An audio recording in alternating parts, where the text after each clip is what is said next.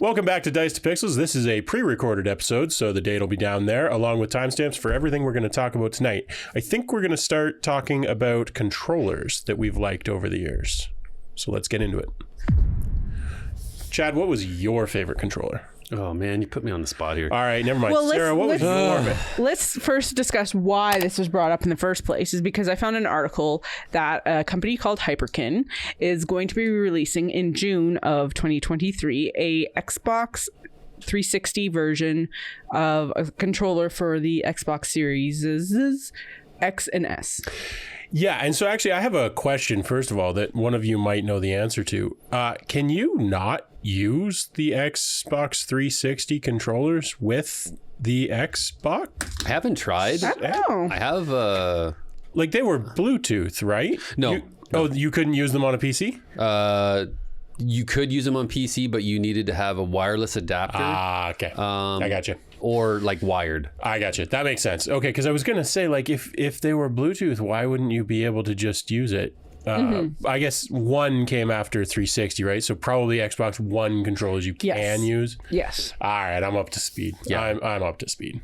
So NES controllers, then that's where it's at. Yeah. So we were talking about those controllers. They used Xbox 360 controller. Used a different wireless protocol, and they're not compatible with newer consoles. Ah, well, that'll do it. That's interesting to know. Fair enough. You're welcome. Yeah. So we were talking about this, and so I have an Xbox Both. I guess it's both. It's right? an Xbox controller. Technically, this is an X because it's black, so it came with the X. Yes. I have a white one upstairs that's the S. I guess they do come with different colors. Did not know. Slightly lighter. That's what the S stands for. Slightly lighter. Slightly smaller. You've confused me. That's true. Yeah, it's slightly smaller too. Yeah, no, I like the S. But anyway, so the only practical difference that I could see between the two, like there's a few differences that really shouldn't matter, but the edges on the 360 were a little bit wider. And then there's a dip in the top of the controller too. The top does dip. I can't imagine how that would impact your gaming. I don't think it would. No. The grip, the style of grip being a little bit wider, like I was saying, like for my hands, so I'll try to do this on camera. So like for my hands, if I actually grip in, my thumbs like cross in the middle. So I can kind of see why someone might want a chunkier controller. But then if you have small hands like me, it's an amazing, perfect size. Yeah, and to be clear, I like the Series X, the newest controller. I really like it. But like, there's very little difference between those two. So I was a little surprised that anyone would bother. So the D-pad's different. Is it? It is different. Yes. Yeah. Okay, so one of the larger differences, the back, so in behind the Series X controller here, the back of the 360 one is more bubbled. It's more bubbled out. So it's got a more to kind of like grab onto. Yeah. Also, the top here where the L and the trigger and the button on the 360 one, those are like separate completely. Like it's not like the buttons kind of flow into each other. Fair enough. They were actually smaller, a lot smaller profile. They weren't as high up, and then the triggers were actual just your normal like flat trigger.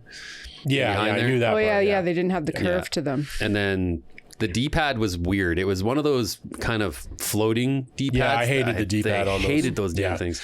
Yeah, it's interesting. You're right about the triggers. The triggers are definitely, other than that, it honestly just kind of seems like something for people who like chunkier controllers. Yeah. Or just want a bit of nostalgia. Xbox has always been really good with their control. Well, sorry, apart from the Duke.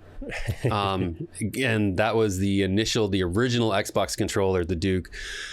The fucking thing was huge. Like it was a big controller.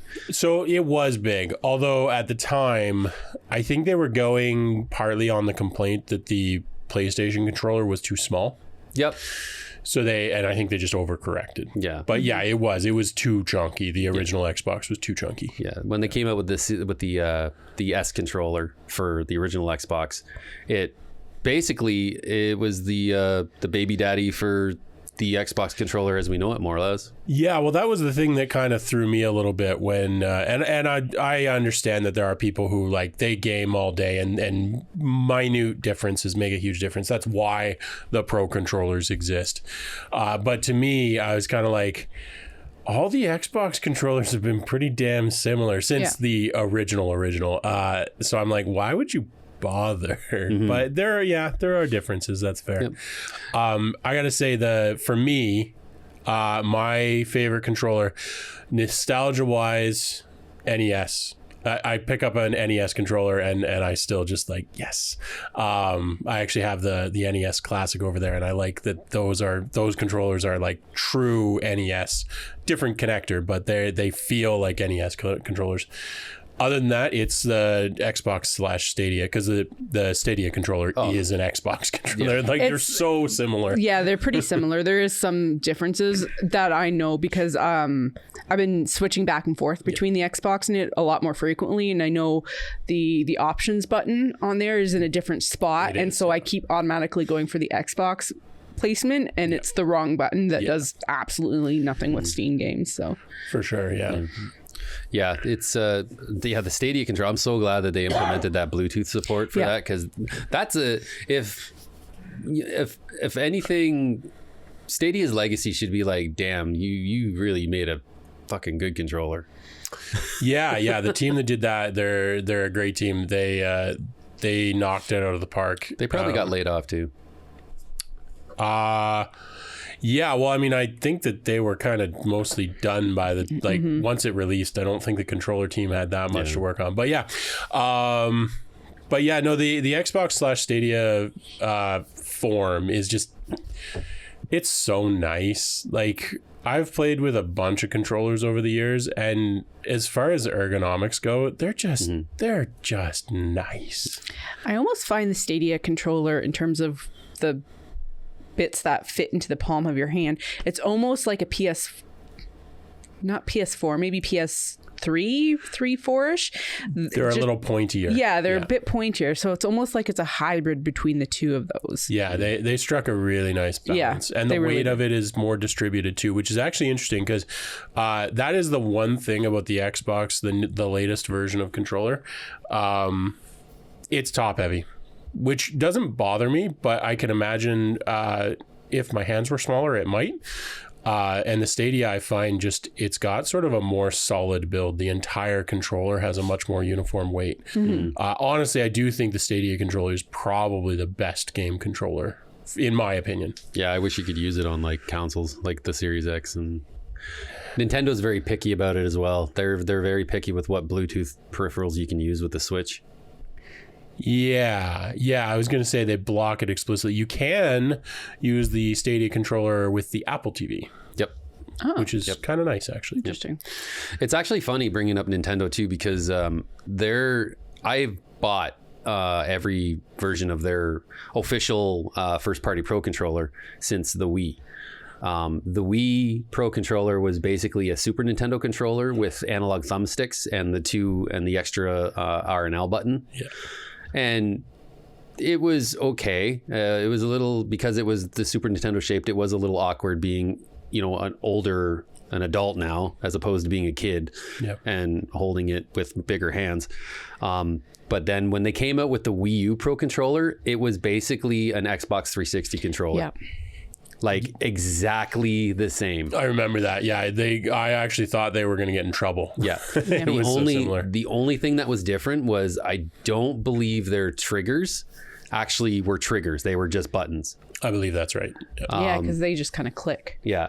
And then when they came out with the Switch's Pro controller, to me, it was kind of more like the S controller for the original Xbox. It kind of had a more of a feel to that, as opposed to the current crop of Xbox controllers. I did not like the Switch Pro controller. I felt it too small, personally. Yeah. Because it's a little bit smaller, or maybe it's just lighter, or I'm not really sure. It is very light. It just felt like a toy. I didn't feel like I was using a controller. I felt like I was using a toy. Yeah. Which, I mean, it is a toy, but you know what I mean. Yeah. I'll tell you one thing I hate is the fucking Joy-Cons, the Switch Joy-Cons. They're terrible. I mean, they're a brilliant idea, and the execution is I think as good as you can do based on what they were working with, like the size and everything. But they're so fucking hard to use. I really wish they came out with like a bigger a bigger Joy-Con. Like, so if you have your normal ones and they're like, 3 inches, like, why come out with one that's like 4 inches, or like with bigger buttons, or even one that instead of having the button D-pad, just give me a D-pad. Yeah. That weirds me out. That surprised me a little bit. And I'm actually surprised that I haven't seen any third parties come out with them, because like, I understand that you still want it to be able to slide onto the rail for charging, but you can make it bigger while still fitting on the rail. I have one. I have one at home. They're beefy. It's basically a Pro controller, more or less. And you remember the glowy ones. Yeah, it was a third party one, and it had like the LED feature, but it was chonky. It's like if you cut an Xbox controller in half, you can still slide them into the actual. So they do exist. Yeah. Okay. Cool. Yeah. Cool. They're third party, and a lot of them are hit or miss. Sure. This one that I bought, and I can't think of what it was. It was on Amazon, but sometimes it'll turn on and off. So if you're in the middle of a game and it'll just like shut off, and it'll say like controller just, and you fucking that's just a quality control issue. But yeah, fair enough. Personally, I don't mind the little Joy-Cons. Why is that? Well, I have small hands for them. But also there, I was playing Okami a while ago, and like I think it was sometime last winter, and I was like literally curled up under a blanket, and I didn't have to have my hands together. I was like all like weird shaped, and I was still able to control, and I was physically comfortable in the position I was in. I think that's one benefit it has, but like that's not a significant enough one. Well, to be clear, I love the concept of the Joy-Con, like the idea of having them splittable and having it be 2 separate controllers that you can use, and fantastic innovation. I think it's wonderful, but I like, on my hand, the Joy-Con is like that big. It's incredibly hard for me. The Joy-Con is like your finger. Yeah, it's so hard for me to use. Yeah, now that I think about it, when we were playing Mario Golf, it always looked funny when you're doing it. Like when they're attached to the Switch, it's not too bad. Although it's kind of hard. It's kind of awkward for me to hold the Switch because it's not really tall enough or chunky enough. Like the Steam Deck has the extra handle, so I can rock it.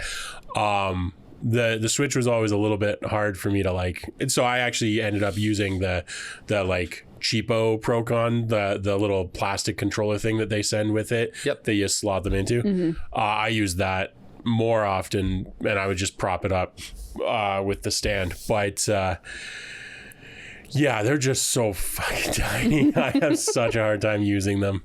So the one big reason why I bought the first party Pro controller, one is because I always find first party Nintendo stuff to be better than anything else, really. It's good. Two, I hate the Joy-Cons analog sticks. I believe that. Fucking hate that style of where it's like the stick is just floating and it just circles around. I hate that style. So I bought the Pro controller because it's like it's the actual analog stick feel, like any common system that you'd play nowadays. Yeah, well, I mean that's just a huge space limitation issue, right? Like they when your controller is this thin, you can't do an actual Joy-Con. They reminded me a lot of like a more recent version of what the PSP analog stick was like. Yeah, same kind of thing. Yep, just more kind of refined and.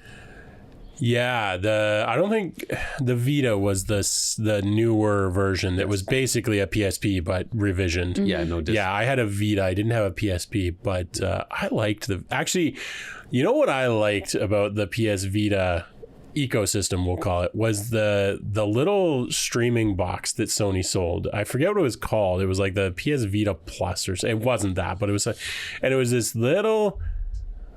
It wasn't that much bigger than a credit card in terms of dimensions. It was thicker, obviously. And all it was a little streaming thing so that you could stream from your Vita to a TV.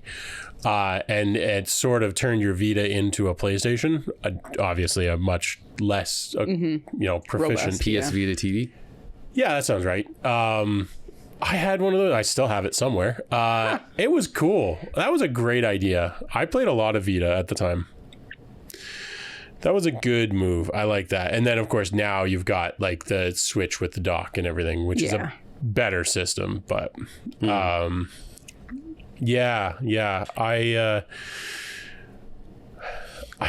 don't know. Yeah, Xbox Stadia, to me, Stadia is the best controller ever. Nintendo NES is one of the worst controllers, but I just love it because of the nostalgia. I honestly preferred the Wii remote and the remote and the nunchuck over the Joy-Cons. Like insofar as motion control goes, Oh God, yeah. I preferred that over the freaking Joy-Cons. Oh, for sure. Yeah, they were actually, I mean, I gotta say, like, as much as I didn't like the control scheme, like for games that you made use of the Wiimote and the nunchuck, it was great. But like for everything else, it was just kind of not really very good.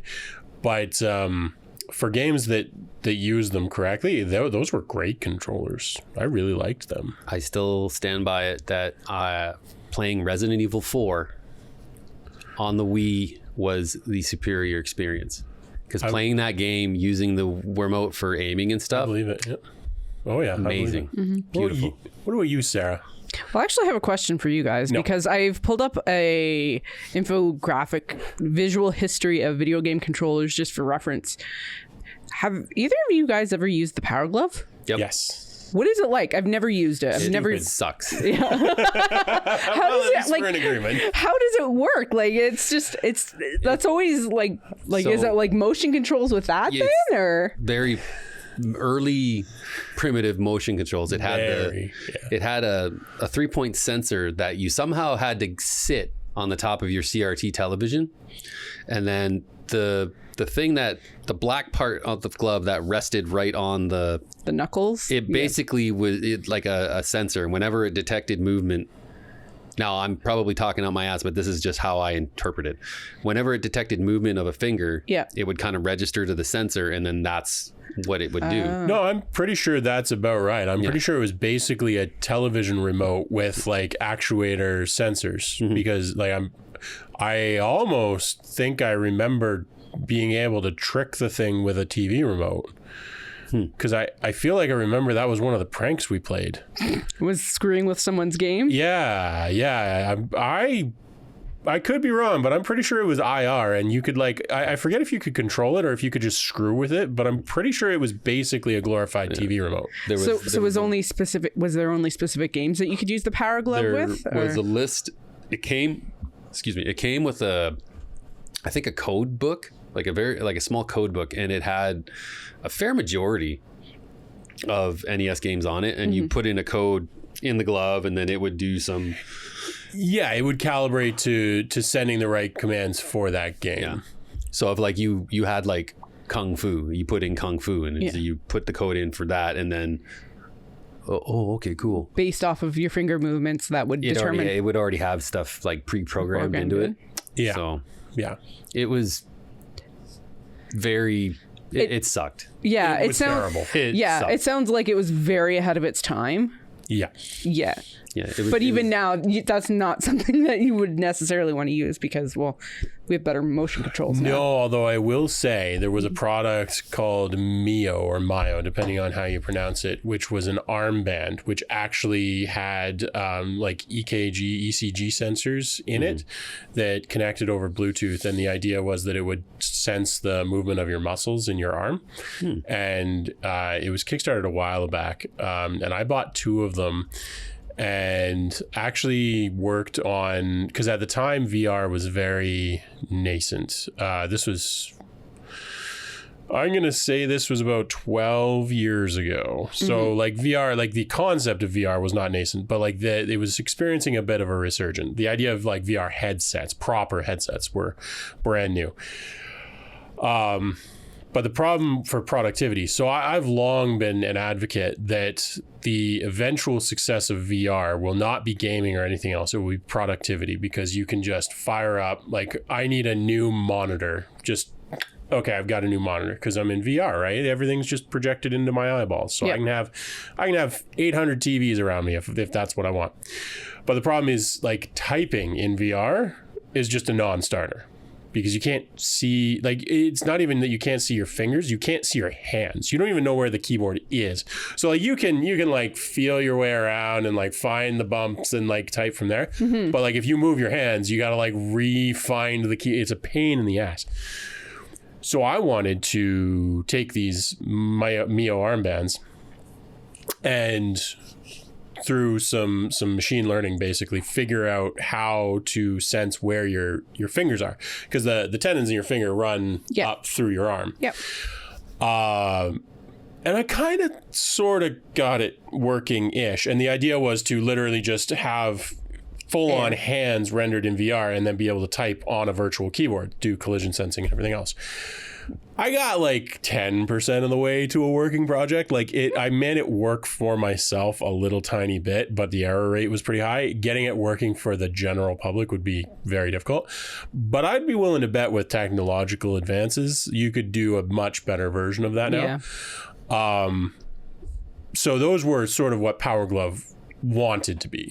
And to be fair, those could do like simple large scale motions. Like you could like swipe your hand to like skip a music track or whatever. They could do the sort of thing that Power Glove wanted to, but they did it well. I wanted to take that to the next level, which I think at this point we're probably near the technology that you could do that with.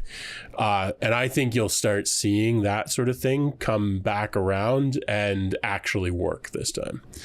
And then those will be my favorite controller, because they'll just simulate your hands in 3 space and then you can just do anything. And then you'll get crazy skins where your hands can look like fish people hands or werewolf hands. And that's right. And they'll have loot boxes for that. And you can finally play a proper Edward Scissorhands game. Ooh. Oh, that'd be the killer app, right? But yeah, so I will say, the Master System, the Stega Master System is one of the oldest controllers I remember using. Pretty much similar to the Nintendo one, except their D-pad was very similar. Square. Yeah, very similar. I'm trying to find that on here. They've got the Gizmo Sega Mega Drive. What the heck's that? The Mega Drive is basically the Genesis. Yeah. In, okay. The UK. Yeah, you're too recent. It's earlier than okay. that. Yeah. It's before Nintendo. Oh, there it is. Okay. Yep. Yeah. Yeah, and then the Atari joystick was terrible. Yeah, they had one, was it the 7800 that had like the 2 buttons with the number pad on it? Or was it the 5200? No, it's too long ago. I don't remember. Yeah. They were Atari always, like, even with the Jaguar. Yeah. Like, I don't know what the hell Atari's thing was. I don't know what Atari's deal was with like having to have a number pad on all of their freaking controllers. Well, I don't know. I think there was some accountants involved in that company. The Jaguar. I forgot about that. It's kind of neat looking through this infographic too, because the ColecoVision Super Action Controller from 83, like, it's looking at it now, it looks like it's fucking awkward as hell to actually use, but it makes me think a lot of the Oculus controllers that are coming out more recently. It's another one of those situations where it looks like they were ahead of their time. What did I do to my screen here? Yeah, well, I think there were a bunch of controllers back in the day that it's like, well, if you could have put a dual accelerometer in there and tracked motion, that probably would have been a pretty good controller. And of course these days you can. So unrelated to game controllers, but did either one of you by any chance ever own one of those fucking calculator watches? Yes. I wanted one. I still want one. I had one that was a transformer. Oh, that's fancy. The watch itself would transform? Yeah, or? it was like a calculator watch and big. Like, I mean, well, it would have to be yeah. They were so but cozy. it snapped into the band. You'd like press a couple buttons or whatever, and then it would snap into it. But I remember, and Jim might remember this, but my buddy Jim, I annoyed the hell out of my class during show and tell, because we would have show and tell, I think, like either every other day or every week, but for like 3 weeks in a row, I just kept talking about my watch and how the different things I could transform it into. So you haven't changed much. Oh, I loved this freaking watch. It was so cool. It was so cool. That's great. That's great. There is a for PlayStation 2 in 2005 a Newbie Tech Resident Evil 4 chainsaw controller. Yeah, I remember that. That came. Yeah, it was horrible. Yeah, terrible. It was horrible. See, so you're gonna find that in a lot of controllers in the late 90s, early 2000s, they were really quirky. I mean, the Dreamcast had the fishing rod controller. Oh that came initially with it. Namco was notorious for coming out with like weird new controller for like the Ridge Racer series. There was one, damn it, I can't remember. It came with the Ridge Racer Type 4, and you basically held it, but the steering wheel was in the middle, and how you drove was you would turn either end of it, and it would turn the wheel. So like if you were turning left, you would do this, the wheel would go like that, and you would turn. Like, that's kind of cool. It was really hard to like control. Yeah. There was a lot of gimmicks around that time. Yeah, for sure. There's another one here, the Katana Soul controller for PS2 as well, 2004. Yep. Yeah, and then there's like the Wii kind of did a resurgence of that. Like they weren't real controllers, but it was like, here's another thing you can slot your Wiimote into. Yeah. Fine. That was like, like they would have like the there was like the sword and the shield, which was just a chunk of plastic. Yeah, they were all just plastic, or so they didn't do anything. They were just things that you could slot stuff into. There was bows and all kinds of weird shit. There's a Wii bowling ball. Yeah. In 2013. Yeah, that was a stupid idea. But those were good fun. I was looking into arcade controls because I keep going back and forth on building an arcade cabinet. You guys know this. Anyone who follows the podcast for a while knows I've brought this up a number of times. I was actually looking into how you would go about like building the control deck for an arcade machine. Mm-hmm. I was like, you're probably gonna have to like buy one. It's gonna be super. No. There's a company. I forget what it's called off the top of my head, but there's actually a company in Canada that sells all of these things. So you can buy individual high quality buttons, and you can buy individual high quality joysticks and everything else, and you can just build out your own. That kind of makes sense. It does seem like there would be enough of a market for people that would want to do their own cabinets. And replacing existing ones too, right? Like there are still arcades. They're not nearly as prevalent as they were, but there are still arcades. So you can totally do this, and they're all very mechanical in nature. Like they're all just relays and stuff. So you just wire it up to a Raspberry Pi or whatever you want to do. So I went down that rabbit hole a little bit, and there's a lot of random controllers that I kind of forgot existed. Like those stupid balls that you spin, like the track balls that you spin, like with the golf games and stuff. Yeah. I kind of forgot that those even existed. And then I saw one, I'm like, I need one. Missile Command used the trackball a lot too in the arcade. That was, which, mind you, that was probably the better way to play Missile Command. Sure, yeah.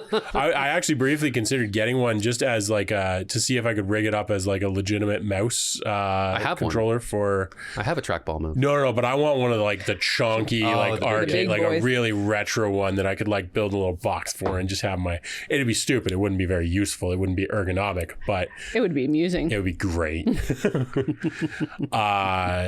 So that I went down that rabbit hole a couple weeks ago, and that was interesting. Made me want to build one even more. So there's probably an arcade cabinet getting built in my future. Yeah.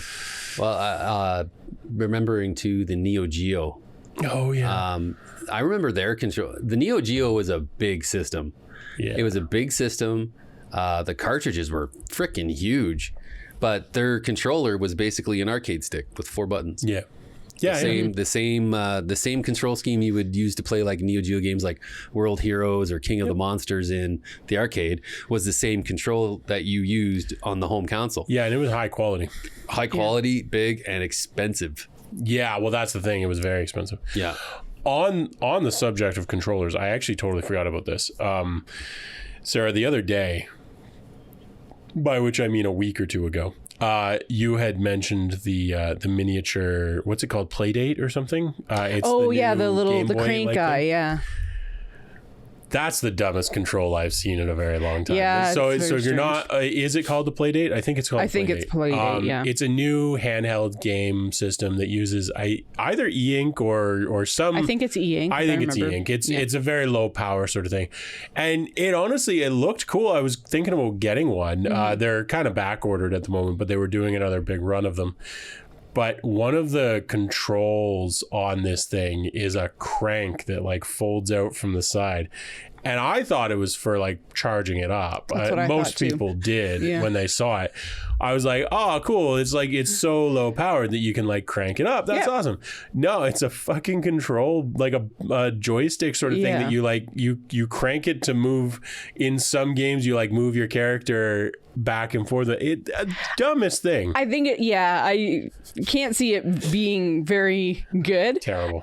I would try it, but I'm not going to spend the money to get it. Well, yeah, that's the problem. Like it's like a $200 Canadian sort of thing. It's not something. I'm sorry, but like just the thought of when you saying like the crank, I thought it was used to power it, and the only thing that pops into my head was like early like pilots when aviation kind of first started going, and they had to like spin the propeller to get the Sure. plane going. Yep. It's just like, hey, goddamn it, I'm on level 4. Don't freaking die me now. Come on, let's go. Yeah, no, I was actually excited when I first saw it because I was like, somebody made basically a new Game Boy. That's kind of cool. I'm on board. But that kind of ruined it for me. I was Yeah. like, no, I don't need a gimmick, thanks. Just No. give me a Game Boy. Not for that price point. If it's someplace and you're allowed to do a demo, fuck yeah, I'll give it a shot. Sure. But I I'm not gonna mean, spend $200 we may eventually end up with one way or another. I Yeah. may break down and buy one at some point, but that actually killed it for me. I was like, oh, this looks really cool. I might get one. And then I saw the crank and I was like, oh, that's super cool. You can like charge it up. It's dumb, but it's cool. And then it's like, oh, that's a control scheme. Ew. People are going to try and use that and they're going to be terrible. Yeah. So, Even size comparison too. yeah, it's a weird size. It's a BB. It's kind of chunky but small. Yeah, it's So- wide. Yeah. To kind of compare it to what I'm looking at here, it would basically be if you had a Game Boy Advance that flipped open. This thing is about the size of the bottom half of it. Yeah, well, I think probably an easier comparison is I'm pretty sure if you take the Joy-Cons off of a Switch And and put them then together. cut the screen in half Yeah. or put the Joy-Cons together, that's sort of in the neighborhood. Yeah. It's a weird little device, but they're apparently selling very well. Like they sold out and they had to print and had to make more. So I mean, Because good. it's so unique and Yeah. yeah. Yeah, so good for them. Yeah. I'll tell you my favorite controller ever, actually. I lied earlier when I said it was the Stadia. My favorite controller ever was the Tamagotchis. Oh my god. I'm kidding. I just wanted to bring up Tamagotchis. I'll bring up the VMU though for the Dreamcast. Can I bring up 2 other weird ones? Yes, you can. Yeah. There is Maraca controllers for the Sega Dreamcast. Samba de Amigo. Yeah. Okay. And It then was so that was like a DDR, like a Dance Dance kind of game, and you used the maracas to like, it was you'd see the indicator on the screen and you'd shake this way, shake that way, or up, down. Yeah. That's what they were. Yeah. That's what I they want to were. play that game now. Right? And then also there was a Wu-Tang Clan Shaolin style controller for PlayStation. So Which dumb. was basically the Wu-Tang W. Yeah. And it's the it controller. looks Yeah. incredibly uncomfortable Oh, to yeah. hold. No, Yeah. it was a Yeah. gimmick through and through. Yeah. Actually, though, you mentioned like DDR and Rock Band both. Like those were very esoteric, but those were great controllers. Yep. They were awesome. Yeah, I found the guitars, being a guitarist. Yeah, well. So one of the things I down pick a lot because I'm into heavy metal, and when I'm playing guitar, like I'm always down picking. So on these guitars, when I'd be playing a song on there and the stuff would be coming like instead of going gunk, gunk, gunk, gunk, gunk, like up and down, I'm like I'm hammering on it because I have that. I did the same. Same. thing. Yeah. So I found that the strum bar tended to break a lot. Yeah. I don't know why. I fixed so many Rock Band. Well, fixed the same guitar so many times. Yeah. I actually, so I had I might have mentioned this on the podcast before, but I had a Roland V drum, like one of the electronic drums, one of the good ones, professional sort of quality. And there was a bridge that you could buy to hook it up to Rock Band. And that was night and day. It made it so great to play drums in Rock Band. But then it's like, okay, cool, the drums are awesome, but the guitar is still the guitar, and it's fine, it's cool, but it's nothing like a guitar. So. Yeah, that's what I liked about Rocksmith is that you could just plug in a real guitar and play. It would like essentially teach you how to play songs. That's cool. Yeah, I would do that. Before Rocksmith came out, actually in university, this was like first year, maybe, I forget. I had started to build, like using Fourier transforms and everything. I was actually building a guitar app that would do that. Like it would recognize the chords that you were playing. So I was doing Fourier transforms in real time, and which isn't interesting or anything. It's very easy to do, and then like actually spitting out the notes that you were playing. And the goal was to be able to like match that up to guitar tabs and like validate that you were playing correctly. But then a combination of, I kind of got bored with it because it turned out it wasn't that useful to know that I was playing the wrong notes. I kind of already knew that. And then Rocksmith was available. So yeah. But that's what Rocksmith was doing. Like I was writing the same software that they already had. So. Well, how about the Sega Saturn 3D pad? Never had a Saturn. No, don't remember that. From the image here, it makes me think of Star Trek a little bit. Oh, which one is it? It's this guy right here. Oh, okay. Oh. So that was their So that was the precursor to the Dreamcast controller. Yeah. I think it had analog sticks. Did it have an analog stick? It's a chunky boy. It looks like it does, maybe. Yeah, I think that was the precursor, because the Saturn controller initially was pretty decent. It was just a smaller. It was like kind of a scaled down version of the Genesis controller with 3 extra buttons on it. Yeah. So it was okay, but that controller was a precursor, because if you put the Dreamcast controller next to that one, design wise, they're fairly similar. The Dreamcast being a bit beefier.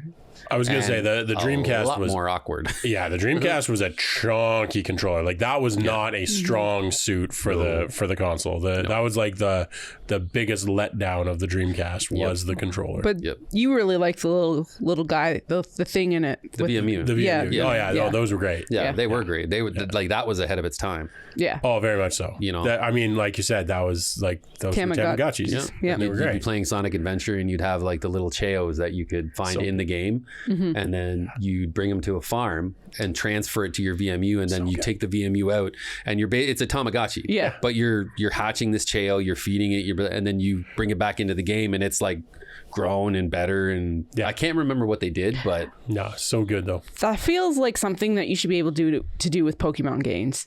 So there was talk about doing that with mobile phones. But I don't know if they did it and I just zoned out, but I remember there being, pretty sure it was Pokemon, and I'm pretty sure Nintendo was talking about doing something in that regard. Maybe that's what became Pokemon Go.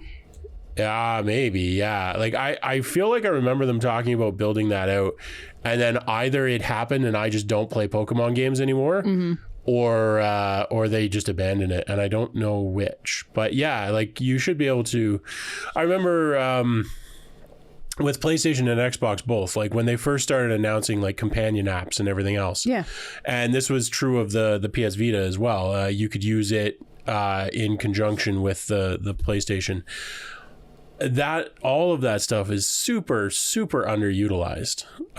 They could do so much more with that stuff, and they just don't. It's like, yeah, I can clumsily navigate my Xbox with my phone. That's great, but how about like, I don't know, if I'm playing a game, let me open up, useful things on my like control sets or something. Like I picked up Formula One F1 2022 the other day, and I need a steering wheel if I'm going to play it. But there's so much shit. And so one of the things with the game is like you have if you want to go deep with it, you can actually do all of the like buttons and craziness on the steering wheel, and like you can actually like control your DRS and your drift response and DRS and what was the other one that I was thinking of, your KERS system and everything else. You can like live tweak all of that shit.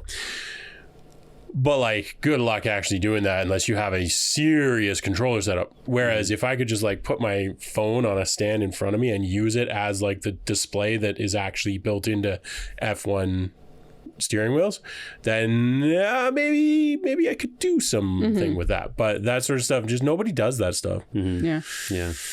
Like you with Destiny, you could change your through the app. You were transferring equipment between your characters. Yeah, I think that's the closest. It was a third party app. Like it was called Ishtar, and if I wasn't at the tower, if I was out somewhere and I'm like, oh shit, I need this weapon, I could open up this app and then find it in my vault, move it to my character, and then it would appear on my character.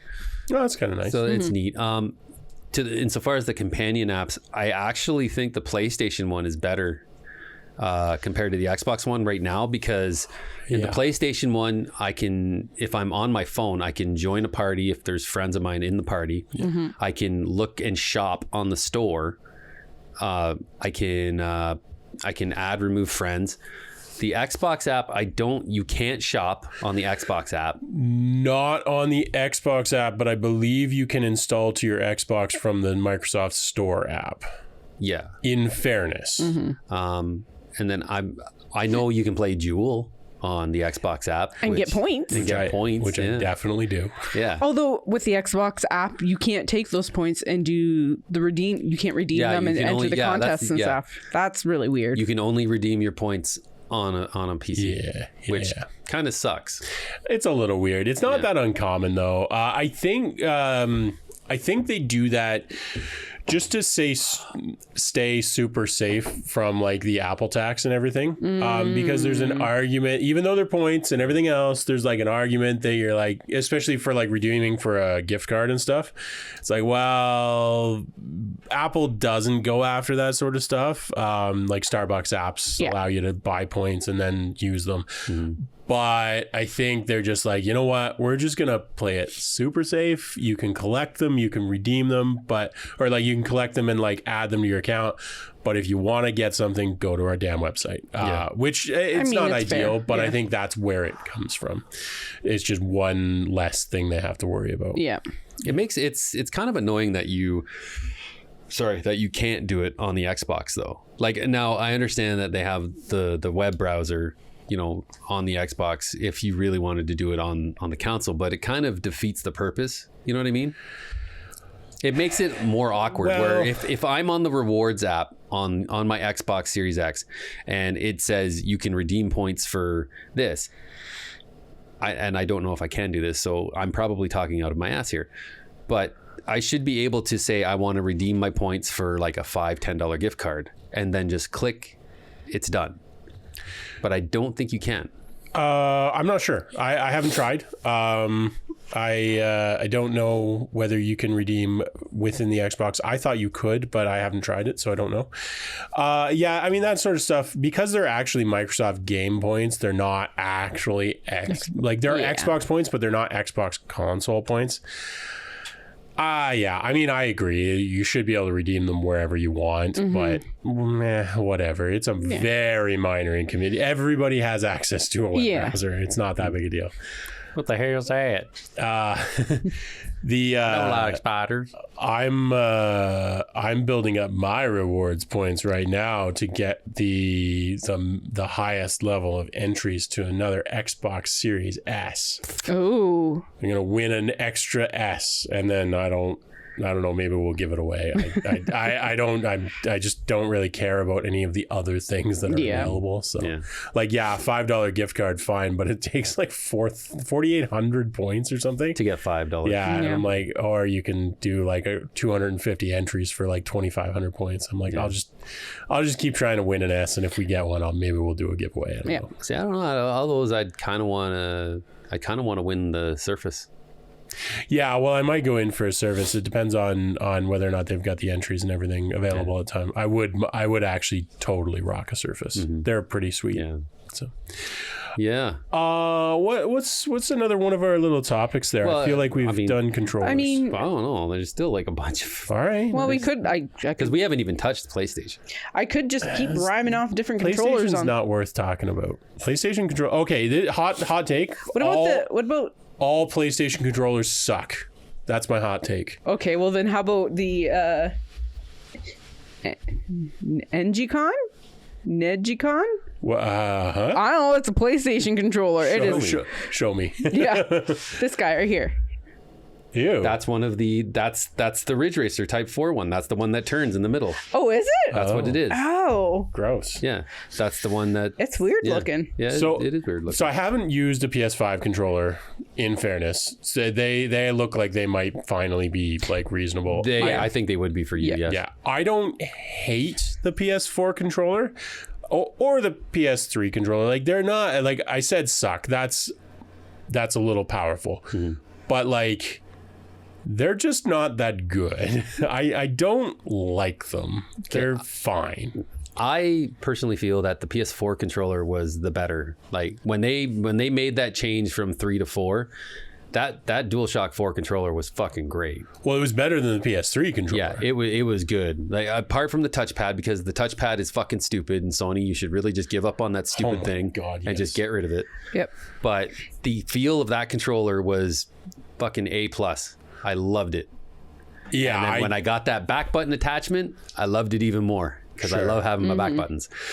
Yeah, I mean, I definitely did not love the PS4 controller. Yeah. It was fine. It was definitely better than the PS3, but I don't know, like it's just such a weirdly awkward fucking shape. Like I don't know whose hands they're modeling that for. Like it's just Yeah. Well, it's just weird. can you imagine if they actually came out with that boomerang PlayStation 3 controller? There when they announced was- it? Oh, that The thing Apple was Pippin. The Apple Pippin looks a lot like it. Yeah. Yeah. Yeah.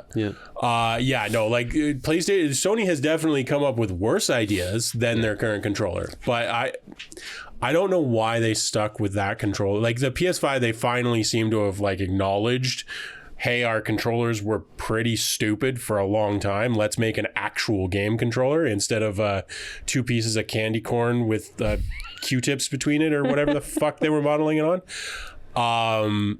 So good for them for finally getting like an actual game controller. But yeah, I don't know. Like, I don't know why they designed it that way in the first place. I definitely don't know why they stuck with it. I have never liked the PS controllers. Yeah. I've always tolerated them. And I agree, they've gotten consistently better. PS1, PS2, PS3, like they keep getting better. But it's not until the PS5, like just the look of it. I haven't actually used one for any more than about 5 seconds. But at least finally like looks like a real game controller. Yeah. The DualSense it's nice, but it feels kind of cheap. That doesn't surprise me. When And breaks constantly. well, yeah, the triggers like when the L&R trigger springs are freaking just breaking, and I blame that mostly to the haptic feedback thing. You know, like the haptic feedback is. If you play Astro's Playroom when you initially get your PS5, it's a free game and as a tech demo to showcase what the controller does, it's great. But I don't think there hasn't been a lot of games that have like actually Utilized it. Yeah. utilized it well. Well, that's the same thing with the touch bar, except that the touch bar isn't even a good controller in and of itself. Oh, but God, like no. in theory, there are ways that you could use that touch controller, especially with the PS4, to great effect. But nobody ever did. Like if you actually turn the PS4 controller up on its end and hold it with one hand, you can actually use it as a pretty effective touchpad. Problem is, at that point, because the system only recognizes it in landscape, everything's 90 degrees.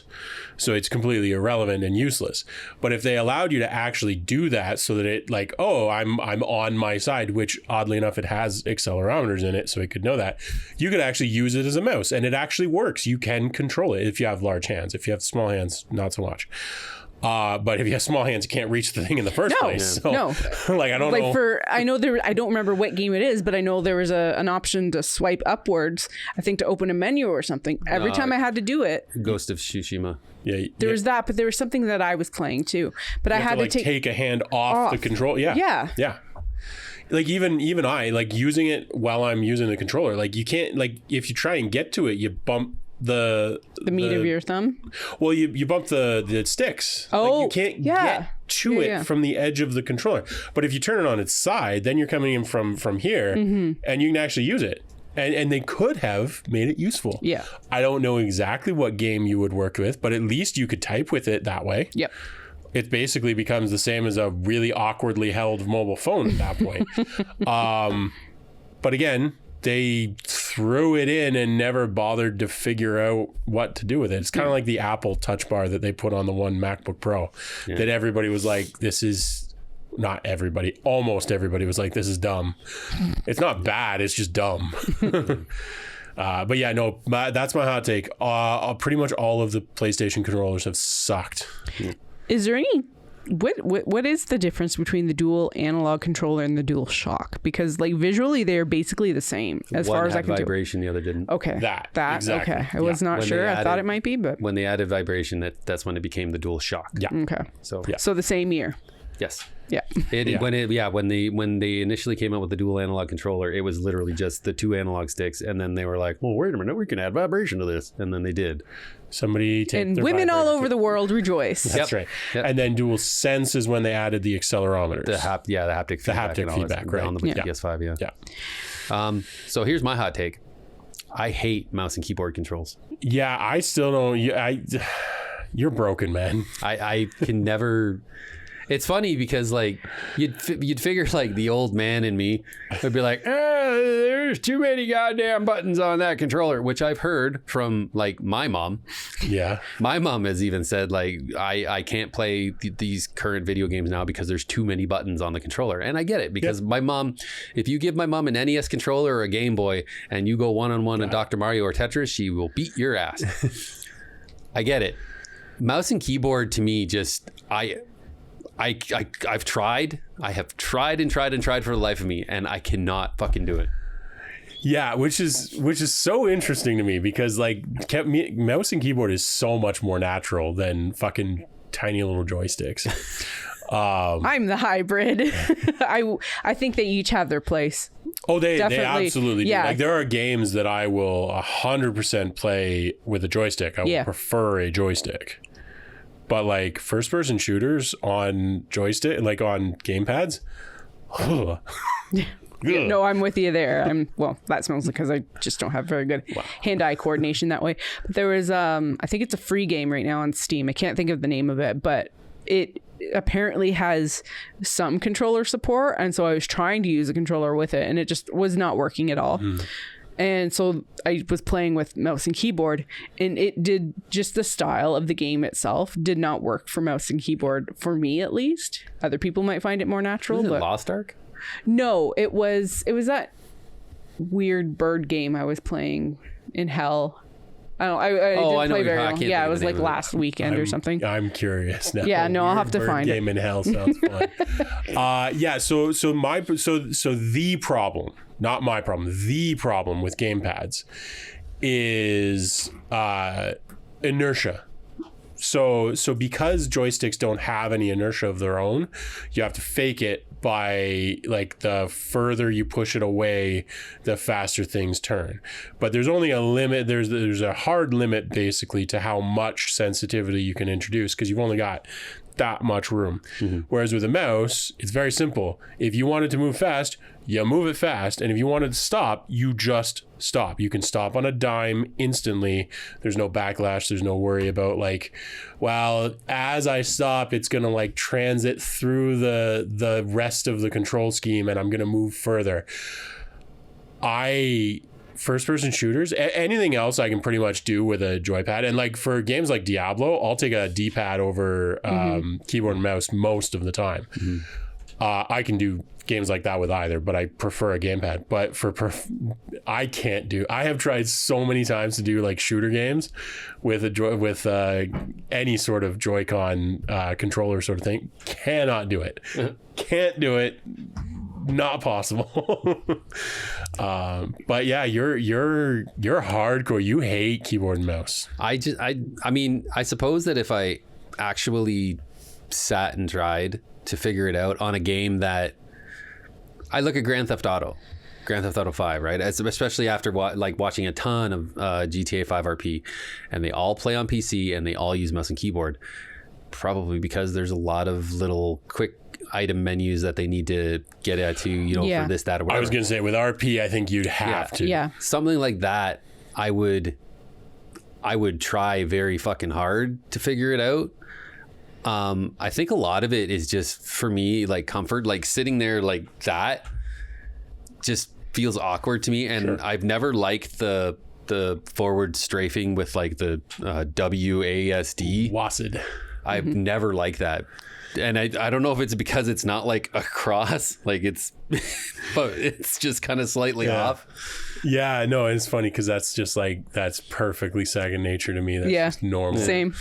I'm going back out front to read my newspaper now. That's right. I think so. There's like you said with GTA, there was what was I playing? I tried Neverwinter, and then also with Final Fantasy 14.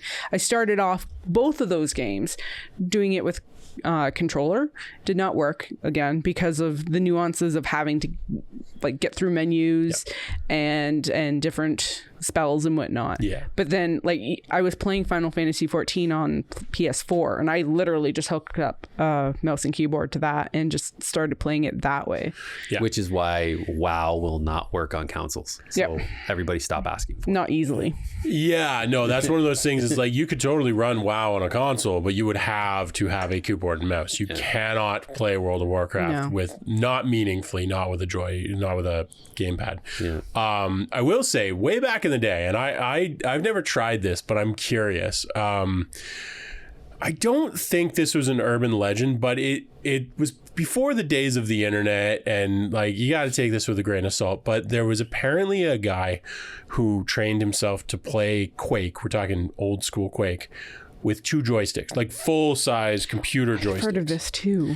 And one was fine movement and the other was like super fast movement. And he apparently mopped the floor with just destroyed everybody because you get the fine-tuned control of a joystick, but you overcome the fact that you can't fucking move fast enough with a joystick. I don't think it was an urban legend. I believe it was actually just a major Quake fan way back in the day. And I've always kind of wanted to try it, but at the same time, I'm like, I'm not gonna. It would take months, if not years, to get good at that control scheme, and it's such a limited. Like you can only use it for like that sort of deathmatchy game. So I'm not realistically ever gonna do that. But I've always wondered about that. I'm like, that seems like it could work really well. Yeah. Yeah. But hey, how about you at home? Tell us what you prefer. Controls down there below. Tell us what you prefer. Am I crazy for not liking mouse and keyboard? Yeah. Is Chad crazy for not liking mouse and keyboard? And how angry are you at me for saying that PlayStation controllers suck? I mean, to be fair, we've shit on Sony a lot, so. Yeah, and it's not even like I loved the consoles. Like I bought 2 PS4s. I just the controllers were never as good as the other. Like they were never as good as Xbox. Yeah. Straight up, just they weren't. They were weird. Yep. So anyways, Yeah. I can't believe we just did an hour on talking about controllers. Yeah. I like it. We're nerds. Yeah. A little bit. There's the weapons that you use for your everyday video gaming. So I mean, like they're either good, they're bad. Yeah. Someday we'll do an epistive on LAN parties. Yeah. Yeah. Oh man. I want to hear about this time. Yeah. Like I said, let us know. Fabled time. Let us know down below in the comments. Give us a like, subscribe if you haven't. Tell 17 friends. Just because. 17? Yeah. Sure, what the hell. Make it an even 20. No, 17. 21. 17 and a third. All right. Yeah. Thank you, Chad. Thank you, everybody. We'll see you.